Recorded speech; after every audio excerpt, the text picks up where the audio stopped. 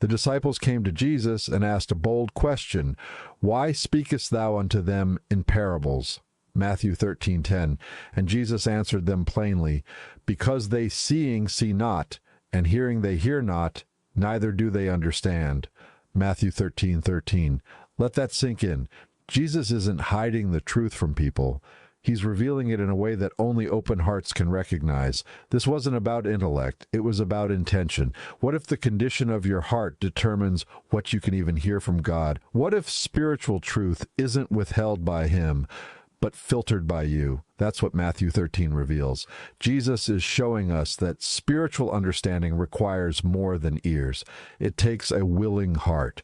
He goes on to say, "For this people's heart is waxed gross, and their ears are dull of hearing, and their eyes they have closed." Matthew 13:15. It's not that they can't hear, it's that they won't. They've chosen to tune out, and today, many of us still do. But then Jesus turns to his disciples and to all who will truly listen and says something stunning. "But blessed are your eyes, for they see, and your ears, for they hear." Matthew 13:16. Blessed, not rich, not famous, not problem-free. Blessed because they're able to recognize truth when it's spoken. Think about that. Spiritual clarity is a blessing, and for those who seek it earnestly, it is given freely. So here's the question. Are your ears open? Are your eyes awake? Because Jesus wasn't just speaking to crowds 2,000 years ago. He's speaking now through Scripture, through life, through conviction. And his parables weren't meant to confuse the humble. They were meant to confound the proud, to humble the self-assured, and to invite the seeker into something deeper than facts, into the mystery of faith. See, a parable does something a plain statement can't.